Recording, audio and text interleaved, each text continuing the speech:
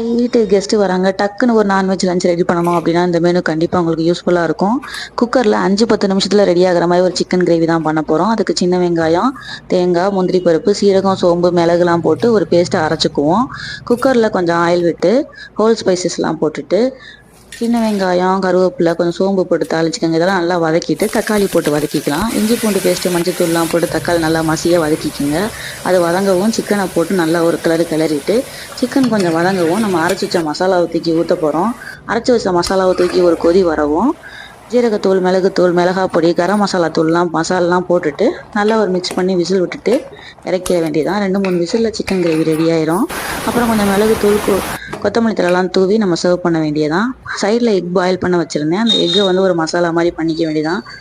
கொஞ்சம் ஜீரகத்தூள், மிளகுத்தூள், உப்பு, மஞ்சத்தூள், மிளகாப்பொடிலாம் போட்டு அதை வறுத்து எடுத்துட்டு ஒயிட் ரைஸோட சர்வ் பண்ணுங்கள். சிக்கன் கிரேவி எக்கு வச்சு சிம்பிள் மெனு ரெடி.